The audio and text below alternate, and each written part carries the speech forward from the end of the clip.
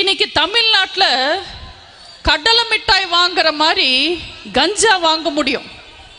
அவ்வளோ சுலபமாக போயிடுச்சு. எல்லா இடத்துலையும் கிடைக்கும். ஏன்னா அந்த கஞ்சா விற்கிற மெயின் டீலர் திமுக ஆதரவு பெற்ற ஜாஃபர் சாதிக், திமுக காரர். சாதிக்குன்னு பேர் வச்சாலே திமுகக்கும் ஸ்டாலினுக்கும் ஆபத்து தான் நினைக்கிறேன்.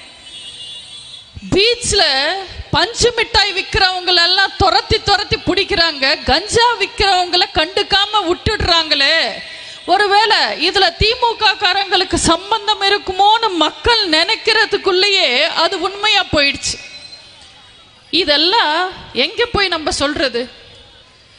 கருணாநிதி கடமை, கண்ணியம், கட்டுப்பாடு என்ற கொள்கைகளை, அண்ணாவோட கொள்கைகளை அவரோட குடும்பத்துக்காக வித்தாரு. இன்னைக்கு கருணாநிதி வழி வந்தவங்க எல்லாம் கஞ்சா, அபின், கோக்கைன்னு வித்துக்கிட்டு இருக்காங்க. இதுவா விடியல் அரசு? இது வீணா போன அரசு. நம்ம அதிமுக ஆட்சி காலத்துல பாத்தீங்கன்னா பட்ஜெட் கூட்டம் நடக்குது, பட்ஜெட் தாக்கல் செய்யறோம்னா ஒட்டுமொத்த தமிழ்நாடு உன்னிப்பா கவனிப்பாங்க, ஆர்வமா பார்ப்பாங்க. ஏன்னா அதுல மக்களுக்காக நல்ல திட்டங்கள் வரும், நல்ல அறிவிப்புகள் வரும்னு. ஆனா இந்த திமுக பட்ஜெட் தாக்கல் செய்யும் போது ஒரு நாய் கூட சீண்ட மாட்டேங்குது, திரும்பியே பார்க்க மாட்டேன்றாங்க. ஏன்னா அது உண்மையான பட்ஜெட் கிடையாது, ஒரு ஜெராக்ஸ் பட்ஜெட். அது போடுறதுக்கெல்லாம் ஃபினான்ஸ் மினிஸ்டர் தேவையில்லை, ஒரு ஜெராக்ஸ் மிஷின் இருந்தாலே போதும். எங்க ஊர்ல எல்லாம் ஒரு குடிகாரன் கதை சொல்லுவாங்க. ஒரு பயங்கரமான குடிகாரர் இருந்தாரா, என்ன பண்ணாலும் அவரோட குடியை நிப்பாட்ட முடியல, கம்மி பண்ண முடியல. அவங்க வீட்டில் இருக்கிறவங்கெல்லாம் ரொம்ப அவஸ்தைப்பட்டுட்டு இருந்தாங்க.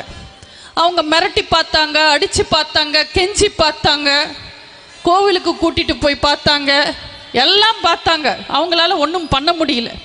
எல்லாரும் ஒரே கவலையில் இருந்தாங்க. ஒரு நாள் அந்த குடிகாரரோட நண்பர்கள் எல்லாம் சேர்ந்து அவரை ஒரு சாமியார்கிட்ட கூட்டிகிட்டு போனாங்க. சாமியார்கிட்ட கூட்டிகிட்டு போய், இவனுக்கு கொஞ்சம் நல்ல புத்தி சொல்லி கொடுங்க, நிறைய குடிக்கிறான், குடும்பம் அவஸ்தைப்படுது, இவனை எப்படியாவது திருத்திடுங்க, அந்த குடியை நிப்பாட்ட வைங்கன்னு. சாமியாரும் அந்த குடிகாரனை கூப்பிட்டு, குடிக்கிறதெல்லாம் தப்புப்பா, அது மகா பாவம், நீ குடிக்காத, நீ நினைச்சா உன்னால குடியை நிப்பாட்ட முடியும்னு தைரியம் சொல்லுவார். எனக்கும் குடியை நிப்பாட்டணும் தான் சாமி ஆசை, ஆனால் என்ன பண்ணுறது, யாராவது என்னை பேர் வச்சு கூப்பிட்டாங்கன்னா எனக்கு அந்த பேரை கேட்ட உடனே குடிக்கணும்னு தோணுதுன்னு. சாமியார், அப்படி என்னப்பா உன் பேருன்னு கேட்டால், என் பேர் நெப்போலியன் சாமின்னுவார். அதுதானே உன் பிரச்சனை, உன் பேரை நான் மாத்துறேன்னுவார். அது எப்படி சாமி திடீர்னு என் பேரை மாற்றுவேன், நான் மாத்திர பாருன்னு சொல்லி பக்கத்தில் இருக்கிற கமண்டலத்துலேருந்து தண்ணி எடுத்து 3 வாட்டி தெளித்து விட்டு, இன்னிலேருந்து உன் பேர் நெப்போலியன் கிடையாது, உன் பேர் நவீன், நீ புத்தம் புதுசு, இன்னிலேருந்து நீ குடிகாரன் கிடையாது, நீ குடிக்க மாட்டேன்னு சொல்லி அனுப்புவார். அவனும் வீட்டுக்கு போவான். கொஞ்ச நேரம் முயற்சி பண்ணுவான், உட்காந்து பாப்பா, படுத்து பாப்பா, நடந்து பாப்பா, அவனால் முடியாது. அப்புறம் யோசித்து பார்த்துட்டு போய் ஒரு சரக்கு பாட்டில் எடுத்துகிட்டு வந்து அந்த சரக்கு பாட்டிலுக்கு 3 வாட்டி தண்ணி தெளிச்சுட்டு, இன்னிலேருந்து நீ சரக்கு கிடையாது, உன் பேர் கஷாயம், உன்னை குடித்தா தப்பு இல்லைன்னு ஒரு நியாயத்தை சொல்லிட்டான், கருத்தை சொல்லிட்டா, குடிச்சிட்டான். குடிக்கு அடிமையான ஒரு குடிகாரன் எப்படி குடிய விட முடியாதோ, ஊழலுக்கு அடிமையான திமுகவால ஊழல்லேருந்து வெளியில வர முடியாது. அவங்க மக்களை பத்தி யோசிக்க மாட்டாங்க, மக்களை பத்தி கவலைப்பட மாட்டாங்க, மக்களுக்காக பட்ஜெட் போட மாட்டாங்க. போட்ட ஒரே பட்ஜெட்டுக்கு திட்டத்துக்கு மட்டும் பேர் மாத்தி வைப்பாங்க. நீங்க பாத்தீங்கன்னா 2023 பட்ஜெட்ல ஒரு 1500 கோடி ஒதுக்குனாங்க. எதுக்குன்னு கேட்டா, கூவும் ஆறு சுத்தப்படுத்துவோம், பூங்காக்கள் கட்டுவோம்னு சொன்னாங்க. இப்போ 2024 1500 கோடி ஒதுக்கியிருக்காங்க. எதுக்குன்னு கேட்டா, நாங்க அடையாறு ஆறு சுத்தப்படுத்துவோம், பூங்காக்கள் கட்டுவோம்னு சொல்றாங்க. 2025 1500 கோடி ஒதுக்குவாங்க. எதுக்குன்னு கேட்டா, நாங்க பாலாறு சுத்தப்படுத்துவோம், பூங்காக்கள் கட்டுவோம்னு சொல்லுவாங்க. ஆனா எதையும் செய்ய மாட்டாங்க. 500 கோடி குளம் ஏரி எல்லாம் தூர் வாடுறதுக்காக ஒதுக்குனாங்க 2023. இந்த 2024 பட்ஜெட்லையும் 500 கோடி ஒதுக்கியிருக்காங்க குளம் ஏரி எல்லாம் தூர் வாடுறதுக்கு. உண்மையில அவங்க எந்த ஆணியும் புடுங்கல. உண்மையில் அவங்க 500 கோடி செலவு பண்ணி குளம் ஏரி எல்லாம் சுத்தப்படுத்திருந்தா சென்னை மலையில் மிதந்திருக்காது, வெள்ளத்தில் வீணா போயிருக்காது, மக்கள் அவ்வளோ அவஸ்தைப்பட்டிருக்க மாட்டாங்க. சரி, திட்டத்தில் தான் திருட்டுத்தனம் பண்ணுறாங்க, திட்டத்தில் தான் ஏமாத்துறாங்க, நிதியாவது ஒழுங்கா ஒதுக்குறாங்களான்னு பார்த்தா அதுவும் இல்லை. மாணவர்களுக்கு மடிக்கணினி கொடுக்கறதுக்கு நிதி இல்லை. ஆனால் கருணாநிதி பன்னாட்டு மையம் கட்டுறதுக்கும் திரைப்பட நகரம் அமைக்கிறதுக்கும் 500 கோடி ஒதுக்கியிருக்காங்க. புதுசாக ஸ்கூல் கட்டுறதுக்கு நிதி இல்லை. சரி, இருக்கிற ஸ்கூலுக்கும் காலேஜுக்கும் மாணவர்கள் போகிறதுக்கு ஒழுங்கான பஸ் இருக்கான்னா அதுவும் இல்லை. இன்னைக்கு தமிழ்நாட்டில் பஸ் நிலைமை என்ன? ஏறுறதுக்கு மட்டும் படிக்கட்டு இருந்தால் போதும், இறங்குறதுக்கு படிக்கட்டு தேவையில்லை. ஏதாவது ஒரு இடத்துல குழி இருக்கும், தானாக கீழே விழுந்துடுவாங்க. அப்படியே இந்த நிலைமை. கேள்வி கேட்டால் திமுக அமைச்சர் சிவசங்கர் சொல்கிறாரு, அதிமுக ஆட்சி காலத்தில் அவங்க பஸ் வாங்கலை, அதான் இன்னைக்கு பஸ் இல்லைன்றாரு. அதிமுக 10 வருஷம் ஆட்சி காலத்தில் நாங்கள் 15,000 பஸ் வாங்கினோம். 2018 986 பஸ் வாங்கினோம். 2019 2375 பஸ் வாங்கினோம். 2020 கொரோனா காலத்தில் 240 பஸ் வாங்கினோம். ஆனால் இந்த விடியா திமுக ஆட்சி அமைச்சு இந்த திருட்டு திமுக எத்தனை பஸ் வாங்கியிருக்காங்க? 2021 0, 2022 வெறும் 100 பஸ்ஸு, 2023 0. இப்படி செய்கிற தப்பெல்லாம் அவங்க செஞ்சுட்டு பழிய தூக்கி அதிமுக மேலே போடுறதே அவங்களுக்கு வழக்கமாக போச்சு. சமீபத்தில் ஸ்டாலினோட பேச்சு கேட்டேன். ரொம்ப வீரமாக பேசிட்டு இருந்தார். நாங்கள் திராவிட ஆட்சியை நிலைநிறுத்திட்டோம், சமூக நீதியை நிலைநிறுத்திட்டோம், ஜனநாயகத்தை நிலைநிறுத்திட்டோன்னு வீரமாக பேசிட்டு இருந்தார். ஆனால் உண்மையில் என்ன நிறுத்தினாங்க? இந்த விடியா திமுக ஆட்சிக்கு வந்ததுக்கு அப்புறம் ஸ்டாலின் எதெல்லாம் நிறுத்திட்டாங்க? பெண்களுக்கு தாலிக்கு தங்கம் திட்டம் நிறுத்திட்டாங்க, மானிய விலையில ஸ்கூட்டி திட்டம் நிறுத்திட்டாங்க, பெண்களுக்கு கறவை மாடு கொடுக்கிற திட்டம் நிறுத்திட்டாங்க, பெண்கள் ஆடு வளர்க்கிற திட்டம் நிறுத்திட்டாங்க, பட்டதாரி பெண்களுக்கு திருமணத்துக்கு உதவித்தொகை கொடுக்கிற திட்டத்தை நிறுத்திட்டாங்க, ஏழை மக்கள் பசி போக்குற அம்மா உணவகம் திட்டத்தை நிறுத்திட்டாங்க, மாணவர்களுக்கு மடிக்கணினி கொடுக்கிற திட்டத்தை நிறுத்திட்டாங்க, வயசான முதியவர்களுக்கு உதவித்தொகை கொடுக்கிற திட்டத்தை நிறுத்திட்டாங்க.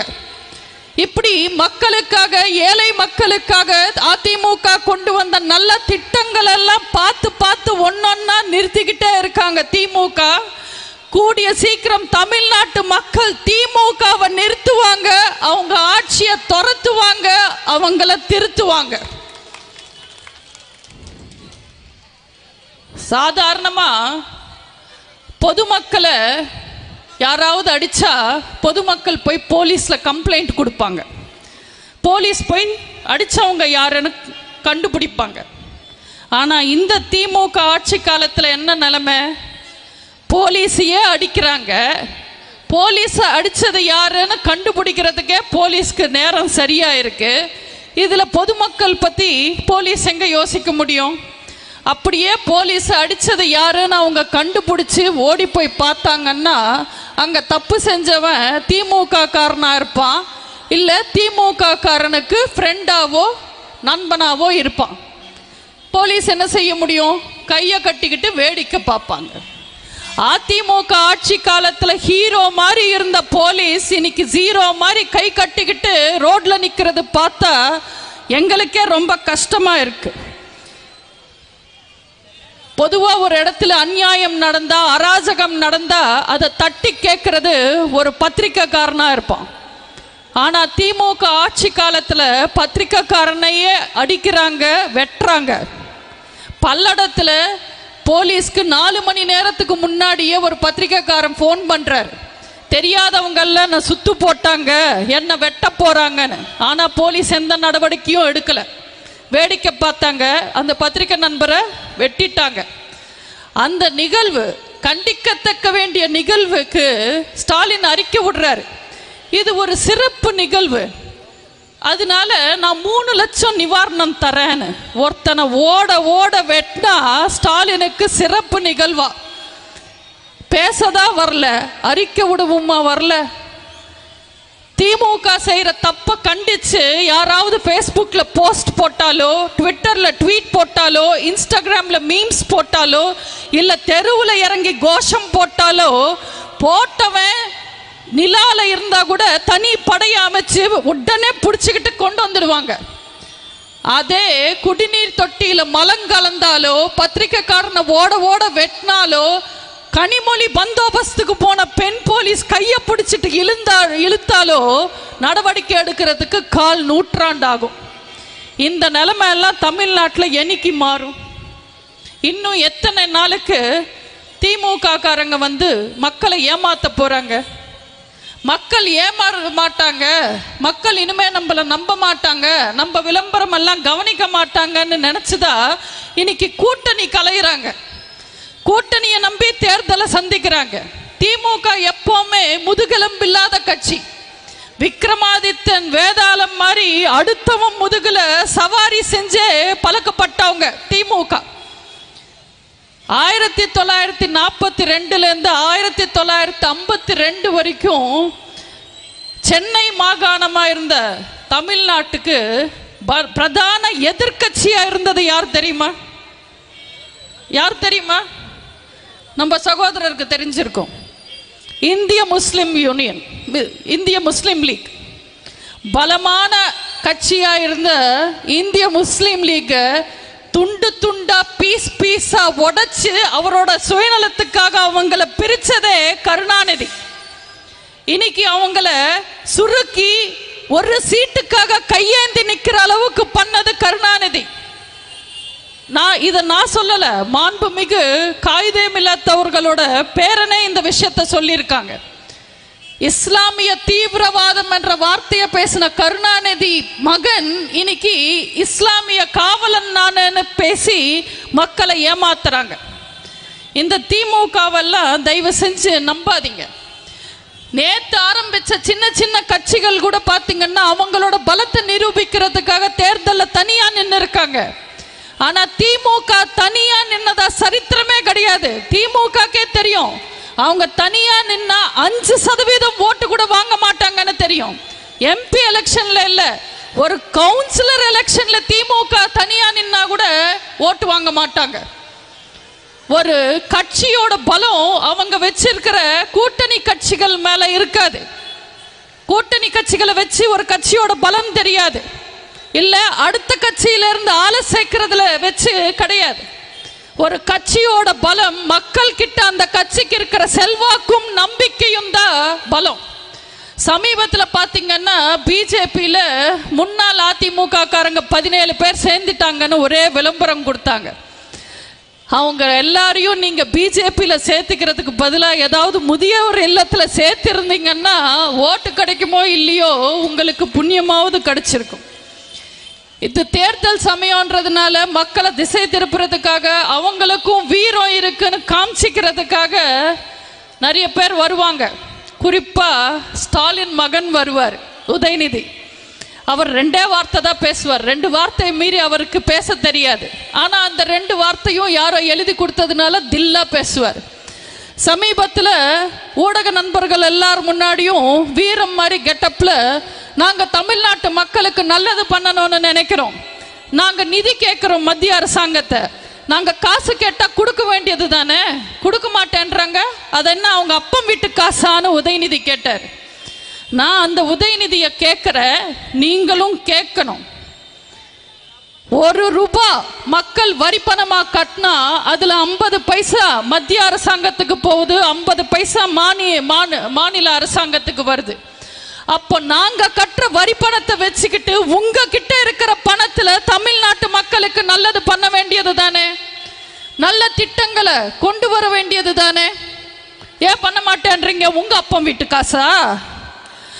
சென்னையில் வெள்ளம் வந்தப்போ மக்கள் அவஸ்தைப்பட்டப்போ மக்கள் ரொம்ப கோபத்தில் இருக்காங்கன்னு தெரிஞ்ச உடனே வழக்கம் போல திமுக சொல்லிட்டாங்க, சென்னை, செங்கல்பட்டு, காஞ்சிபுரம், திருவள்ளூர் எல்லா மாவட்டத்துக்கும் அத்தனை ரேஷன் கார்டுக்கும் நாங்க 6000 ரூபாய் நிவாரணம் தரோம்னு சொல்லிட்டாங்க.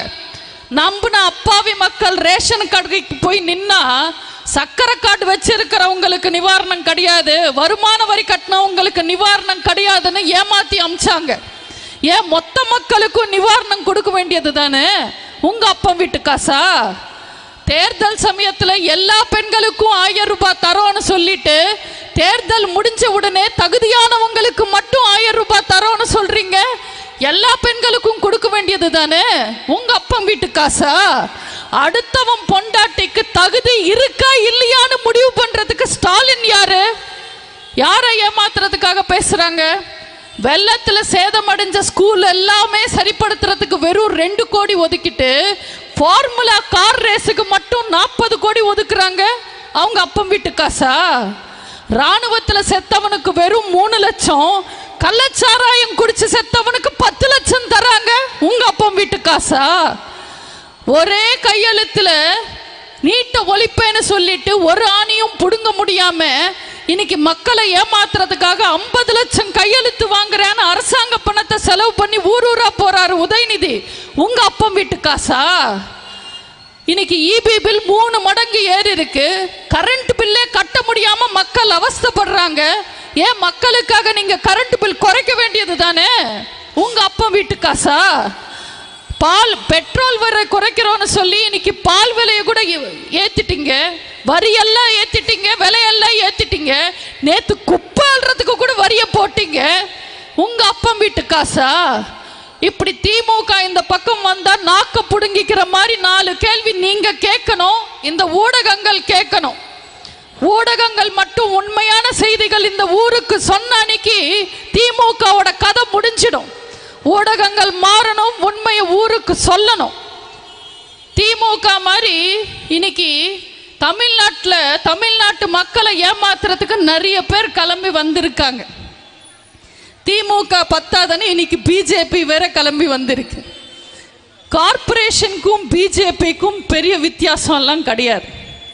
கார்பரேஷனை பார்த்தீங்கன்னா நாய் பிடிக்கிற வண்டியோட அலைவாங்க, பிஜேபி பார்த்தீங்கன்னா ஆள் பிடிக்கிற வண்டியோட அலைகிறாங்க. பிஜேபி கட்சியில் நீங்கள் சேரணுமா உங்களுக்கு சில தகுதி இருக்கணும். ஒன்று, நீங்கள் ஏதாவது ஒரு கட்சியில் உறுப்பினராக இருக்கணும், உறுப்பினர் அட்டை வச்சிருக்கணும். 2வது, நீங்கள் சீனியர் சிட்டிசனாக இருக்கணும். 3வது, உங்கள் குடும்பத்திலையும் சரி நீங்கள் இருக்கிற கட்சியிலையும் சரி உங்களை மதிக்கக்கூடாது யாரும். 4வது, நீங்க மோடியை தலைவரா பார்க்கணும், அண்ணாமலையை கடவுளாவே பார்க்கணும். அப்பதான் பிஜேபியில் என்ட்ரி. உங்களை வண்டியில ஏத்திப்பாங்க, இலவசமா டெல்லி வரைக்கும் கூட்டிட்டு போவாங்க, கட்சியில சேர்த்துப்பாங்க. அதுக்கப்புறம் உங்களை கண்டுக்காம விட்டுடுவாங்க, அது வேற விஷயம். நேத்து பிஜேபி பிரச்சாரத்துக்காக பிரதமர் மோடி திருப்பூர் வந்திருந்தார். அவர் பேசினது நான் டிவியில் லைவ் பார்த்தேன். எனக்கு ஒரு டவுட் வந்துடுச்சு. நம்ம கூட அதிமுக கூட்டணியில் இல்லை, நான் கண்டபடி பேசி அதிமுக கூட்டணி உடைச்சிட்டேன்னு அண்ணாமலை மோடிக்கு சொன்னாரா இல்லையானே எனக்கு டவுட் ஆயிடுச்சு. ஏன்னா வந்தவர் பிஜேபிக்கு பிரச்சாரம் பண்ணாம நமக்காகவே பிரச்சாரம் பண்றாரு, அதிமுகக்கே பிரச்சாரம் பண்றாரு. புரட்சி தலைவர் உத்தமர், புரட்சி தலைவி அம்மா நல்லவங்க, அவங்க 2 பேரும் சிறந்த ஆட்சி கொடுத்தாங்கன்னெல்லாம் பேசினாரு. மோடிஜி, இது தமிழ்நாட்டில் இருக்கிற எல்லாருக்கும் நல்லா தெரியும். உங்க கூடவே வளர்த்துக்கிட்டு கூடவே கூட்டிட்டு போறீங்களே ஒரு ஆட்டுக்குட்டி, அந்த ஆட்டுக்குட்டிக்கு தான் இது தெரிய மாட்டேந்து. அந்த கத்துக்குட்டிக்கு நல்லா கத்து கொடுத்துட்டு போங்க. எங்க புரட்சி தலைவரோட புரட்சி தலைவி அம்மாவோட ஆட்சி மட்டும் இல்ல, 4.5 வருஷம் அம்மாக்கு அப்புறம் ஆட்சி செஞ்ச அண்ணன் எடப்பாடியார் ஆட்சியும் அற்புதமான ஆட்சின்னு தமிழ்நாட்டு மக்களுக்கு நல்லா தெரியும். ஏதோ 1-2 பேருக்கு டவுட் இருந்தாலும் இந்த திமுகவோட காட்டாட்சியில அவங்களும் தெளிவாயிட்டாங்க. இனிமே எப்போ தேர்தல் வந்தாலும் அதிமுகக்கும் ரெட்டலுக்கு தான் ஓட்டு போடுவான்னு தமிழ்நாட்டு மக்கள் தெளிவா இருக்காங்க. மோடி சார் புத்திசாலி, அவருக்கு நல்லா தெரியும். தமிழ்நாட்டு மக்கள் கிட்ட ராமரு அனுமாருன்னு பேசினா மட்டும் பத்தாது, நம்ம கைத்தட்டு வாங்கணும்னா புரட்சி தலைவர் பத்தி புரட்சி தலைவி அம்மா பத்தி பேசணும்னு முடிவு பண்ணி தான் பேசியிருக்காரு. ஆனா என்ன பண்றது, மோடிக்கு தெரிஞ்சது கூட அண்ணாமலைக்கு தெரியாம போச்சு. எனக்கு அண்ணாமலைக்கும் ஸ்டாலினுக்கும் பெரிய வித்தியாசம் தெரியாது. ஸ்டாலினை பார்த்தீங்கன்னா விடியல் தரேன்னு உத்தார் விட்டுக்கிட்டே சுத்துவாரு. அண்ணாமலையை பார்த்தீங்கன்னா கூட இருக்கிறவனையே வீடியோ எடுத்து வெளியில விட்டு சுத்துவார். இவர் கட்சி தலைவராக இருக்கிறதுக்கு பதிலாக எங்கேயாவது வீடியோ எடுக்க போயிருந்தா கூட இன்னும் பெரிய ஆளாக வந்திருப்பார். இந்த அண்ணாமலை எல்லாம் எங்களை பார்த்து பேசுறாரு, 4.5 வருஷம் அதிமுக ஆட்சிக்கு நாங்கள் சப்போர்ட் பண்ணோன்னு. அண்ணாமலை பிஜேபி சப்போர்ட் பண்ணது எங்க ஆட்சிக்கு இல்லை, ஓபிஎஸ்க்கு. நாங்கெல்லாம் சேர்ந்து எங்க ஆட்சியை நல்லா காப்பாத்திட்டோம். உங்களால தான் ஓபிஎஸ் காப்பாற்ற முடியாம தெருவில் நிற்கிறாரு. கூட கூப்பிட்டுக்கிட்டு கூட்டணியில் வச்சுக்கோங்க, வாரி கொடுத்துடுவார் எம்பிக்களை. இன்னைக்கு ஓபிஎஸ் இருக்கிற நிலைமைக்கு பிஜேபி ஆஃபீஸில் தோட்ட வேலைக்கு கூப்பிட்டா கூட போயிடுவார். அந்த நிலைமையில இருக்காரு. அவரை நம்பி எல்லாம் அதிமுகவை சீண்டி பார்க்கிறாரு அண்ணாமலை. அதிமுகன்றது 52 வருஷ ஆலமரம். இதை நேத்து முளைச்ச புல்லெல்லாம் அசைச்சு பார்க்கணும்ன்றது முட்டாள்தனம். காக்கா கூட்டுல குயில் வந்து முட்டை போடும். காக்கா அது தான் முட்டைன்னு நினைச்சு அடக்காக்கும். எப்போ முட்டை உடைஞ்சு குயில் சத்தம் போடுமோ காக்கா உஷாராயிடும். இது நம்ம இன்னும் இல்லைன்னு வெளியில தள்ளிடும். அதே மாதிரிதான் அண்ணாமலை வாய் விட்டு இன்னைக்கு வீணா போய் வெளியில போனா அதுக்கு நாங்க பொறுப்பில்லை. போக போக அண்ணாமலை தெரிஞ்சுப்பாரு, அதிமுக கூட இருக்கிற வரைக்கும் தான் நமக்கு மரியாதைன்னு. அண்ணாமலை என்ன பேசினாலும் அவர் பின்னாடியே வர்ற ஆதரவு பிரஸ்ன்னு நினைச்சார் அதிமுகவை. போனா போட்டோம், விட்டா வீணா போயிடுவாங்களேன்னு நாங்க தூக்கி சுமந்தா எங்களையே போட்டு பாக்குறீங்களா? அண்ணாமலை சொல்றாரு, நாங்க தமிழ்நாட்டில் ஆட்சிக்கு வந்தா ஒரு வீட்டுக்கு ஒரு அரசு வேலை தருவேன்னு. எப்படி தருவாரு? வட மாநிலத்தில் கொடுத்து கிழிக்க வேண்டியது தானே. வடக்குல 10-15 மாநிலத்தில் பிஜேபி தானே ஆட்சி செய்யுது. அங்க வேலை கொடுத்து கிழிக்க வேண்டியது தானே. அங்க பொழப்பில்லைன்னு தானே இன்னைக்கு பார்லர்ல இருந்து பானிபூரி விற்கிறவன் வரைக்கும் வடக்குல இருந்து பொழப்பு தேடி தமிழ்நாட்டுக்கு வராங்க. இதுல எங்கேருந்து இவர் ஒரு வீட்டுக்கு ஒரு அரசு வேலை தருவாரா? யார்கிட்ட வந்து பேசுறாரு அண்ணாமலை? அண்ணாமலை வேணும்னா ஹிந்துத்துவா பேசி திமுகவை எதிர்க்கலாம். ஏன்னா திமுக ஹிந்து விரோத கட்சி, அதிமுக அப்படி கிடையாது. எங்களுக்கு அம்மனும் அல்லாவும் மேரியும் மாரியும் வேற வேற கிடையாது, எல்லாமே ஒண்ணுதான், எல்லாரும் சமம்தான். இது புரட்சி தலைவரோட கட்சி.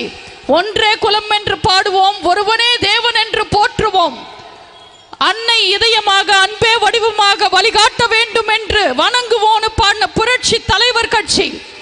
ஹஜ் யாத்திரையோ பழனி யாத்திரையோ ஜெருசலேம் யாத்திரையோ எல்லா மத யாத்திரைக்கும் நிதி உதவி செஞ்சு எல்லா மதத்தையும் சமமா பார்த்த புரட்சி தலைவி கட்சி. எங்க அம்மாவோட வேதமே மக்களால் நான், மக்களுக்காகவே நான் தான். இன்னைக்கு தமிழ்நாட்டில் மக்களை ஏமாத்துறதுக்காக நிறைய பேர் கிளம்பி வந்திருக்காங்க. தமிழ்நாட்டு அரசியல்ல பகல் கனவு காண்றவங்க நிறைய பேர் இருக்காங்க. ஆனா தமிழ்நாட்டு மக்கள் கனவுகளை நிறைவேற்றணும்னு நினைச்சு வாழ்ந்த ஒரே தலைவி புரட்சி தலைவி அம்மா மட்டும்தான்.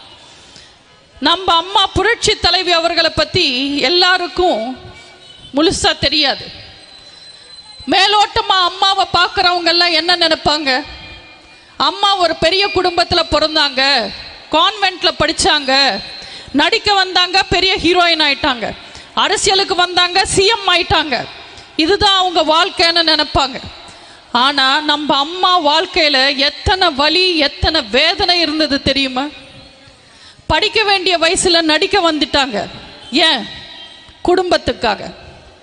குடும்பத்தை கவனிக்க வேண்டிய வயசுல புரட்சி தலைவர் ஆசையோட கட்சியில இணைஞ்சு கட்சியை கவனிச்சுக்கிட்டாங்க. ஏன்? புரட்சி தலைவருக்காக. மலை போல நம்ப இருந்த புரட்சி தலைவர் இறந்து உயிரில்லாத சிலை போல படுத்துக்கிட்டு இருக்கும் போது ஒட்டுமொத்த கூட்டமும் அம்மாவை அவமானப்படுத்தினாங்க. ஆனாலும் அவங்க அரசியலை புட்டு போல. ஏன்? புரட்சி தலைவருக்கு கொடுத்த வார்த்தைக்காக, வைராக்கியத்துக்காக. கை குழந்தைய தூக்க வேண்டிய வயசுல ஒட்டுமொத்த கட்சி பாரத்தையும் தோல்ல தூக்குனாங்க. ஏன்? தொண்டர்களுக்காக. சட்டசபையில கருணாநிதியாலும் அவரோட காட்டு மிராண்டி கூட்டங்களாலையும் அசிங்கப்பட்ட போதும் அம்மா கலங்கி நிக்கல. பாஞ்சாலி கூட கிருஷ்ணரை துணைக்கு கூப்பிட்டாங்க, ஆனா அம்மா யாரையும் கூப்பிடல. சிங்கம் மாதிரி தனியா நின்று சபதம் போட்டு முதல்வரா வந்து நின்னாங்க. ஏன்? பெண்கள் ஜெயிக்கணும்ன்றதுக்காக. எத்தனை இடைஞ்சல்கள் இருந்தாலும் மறுபடி முதல்வராகி மக்களுக்கு நல்லாட்சி கொடுத்து திரும்ப திமுகவை தோக்கடிச்சாங்க. ஏன்? தமிழ்நாடு நல்லா இருக்கணும்ன்றதுக்காக. அப்படி மக்களுக்காக உழைச்சு இந்த மக்களை விட்டு சென்ற நம்ம தாய்க்கு, நம்ம தெய்வத்துக்கு, நம்ம புரட்சி தலைவிக்கு இறுதி மரியாதை நடக்கும் போது இந்த உலகமே அழுதது. எதிரி கூட கண் கலங்கி கண்ணீரஞ்சலி போஸ்டர் ஒட்டினாங்க. ஏன்னா அம்மா வாழ்ந்த வாழ்க்கை அப்படி. ஒவ்வொரு நாளும் மக்களுக்காக போராடி வாழ்ந்தாங்க. புதைக்க முளைச்சாங்க, வெட்ட வளர்ந்தாங்க. அதுதான் புரட்சி தலைவி அம்மா. ராணி மாதிரி வாழ்ந்தவங்க ரணவேதனையில் ஆஸ்பத்திரியில படுத்துக்கிட்டு இருக்கும் போது கூட அவங்க வியாதி பத்தி நினைக்காம விவசாயிகளை பத்தி நினைச்சாங்க. காவேரி பிரச்சனைக்கு ஹாஸ்பிட்டல்லையே கூட்டம் நடத்தினவங்க அம்மா. அப்படி தன் இறுதி மூச்சு வரைக்கும் மக்களால் நான், மக்களுக்காகவே நான் வாழ்ந்து மறைஞ்சவங்க அம்மா. அந்த அம்மாவோட இயக்கத்தை, அதிமுக என்ற ஆலமரத்தை நம்ம வாட விடலாமா? இது ஒரு கட்சி கிடையாது, இது குடும்பம், இது கம்பெனி கிடையாது, கழகம். அண்ணாவோட கடமை, கண்ணியம், கட்டுப்பாடு நிறைஞ்ச ஒரே கட்சி அனைத்து இந்திய அண்ணா திராவிட முன்னேற்ற கழகம். இது குண்டர்கள் கட்சி கிடையாது, இது தொண்டர்கள் கட்சி. இது மகன்கள் கட்சி கிடையாது, மக்கள் கட்சி. இது கொத்தடிமை கட்சி கிடையாது, கொள்கை கட்சி. இது குடும்ப கட்சி கிடையாது, கொடுக்கிற கட்சி. அம்மாக்கு அப்புறம் அண்ணன் எடப்பாடியார் ஆட்சிக்கு வந்தார். இன்னைக்கு எத்தனையோ கஷ்ட காலத்துல கட்சியை கட்டி காப்பாத்துறாரு. அண்ணனை பத்தி நீங்களே யோசிச்சு பாருங்க. அண்ணன் எடப்பாடியார் நினைச்சிருந்தா 4.5 வருஷம் அவர் முதல்வரா இருக்கும் போது, இன்னைக்கு கட்சிக்கு பொதுச் செயலாளரா இருக்கும் போது அவர் நினைச்சா அவர் மகனை, அவர் மாமனை, அவர் மச்சானை, அவரோட அக்காவை, அவரோட அண்ணாவை கட்சிக்கு கொண்டு வர முடியாதா? பதவிக்கு கொண்டு வர முடியாதா? ஆனா அண்ணன் எடப்பாடியார் எப்பவுமே மக்களை பத்தி யோசிச்சாரே தவிர மனைவி பத்தி, மகனை பத்தி யோசிக்கல.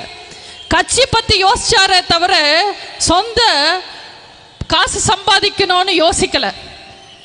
அம்மாக்கு அப்புறம் முதல்வரா வந்த அண்ணன் எடப்பாடியாரை பார்த்து கருணாநிதியிலிருந்து கைரேக பார்க்கிறவன் வரைக்கும் அடிச்சு சொன்னாங்க 10 நாட்கள்ல அதிமுக ஆட்சி கவிழ்ந்துடும். ஆனா என்னாச்சு? 4.5 வருஷம் நங்கூரம் போட்ட மாதிரி நல்லாட்சி கொடுத்தாரு. ஆனா இன்னைக்கு ஸ்டாலினுக்கு என்ன நிலைமை? 3 வருஷத்துல மூச்சு முட்டுது. அமைச்சருங்களால என்னால தூங்க முடியலன்னு ஊரூரா போய் புலம்புறாரு. மகன் வேற ஒரு பக்கம் போட்டு பார்க்கிறாரு. தயவு செஞ்சு இவங்களெல்லாம் நம்பாதீங்க. தமிழ்நாட்டு மக்கள் நல்லா இருக்கணும்னா அதிமுக ஆட்சியில இருக்கணும்.